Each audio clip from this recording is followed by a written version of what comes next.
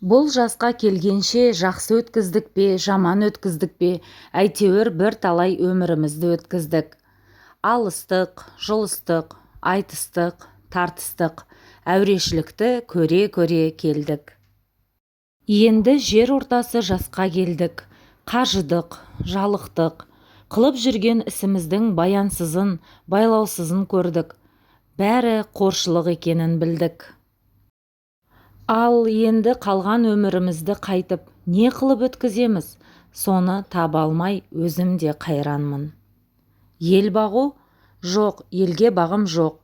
Бағусыз дертке ұшырайын деген кісі бақпаса, не албыртқан, көңілі басылмаған жастар бағамын демесе, бізді Құдай сақтасын.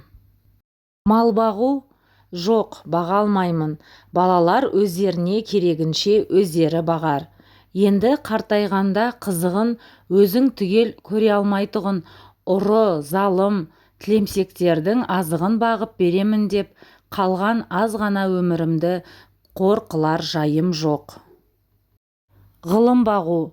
Жоқ, ғылым бағарға да ғылым сөзін сөйлесер адам жоқ.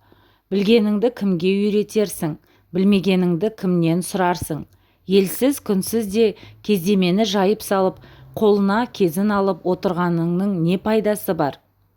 Мұңдасып, шер тарқатысар кісі болмаған соң, ғылым өзі бір тез қартайта тұғын күйік. Софылық қылып дін бағу? Жоқ, ол да болмайды, оған да тыныштық керек. Не көңілде, не көрген күніңде бір тыныштық жоқ. Осы елге, осы жерде не қылған софылық? Балаларды бағу? Жоқ, баға алмаймын. Бағар едім, қалайша бағудың мәнісін де білмеймін. Не болсын деп бағам, қай елге қосайын, қай харекетке қосайын.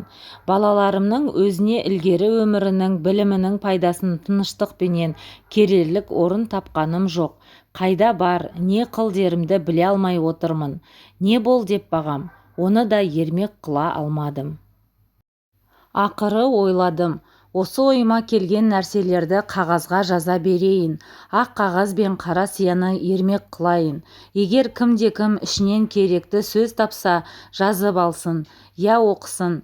Керегі жоқ десе, өз сөзім өзімдікі дедім де, ақыры осыған байладым.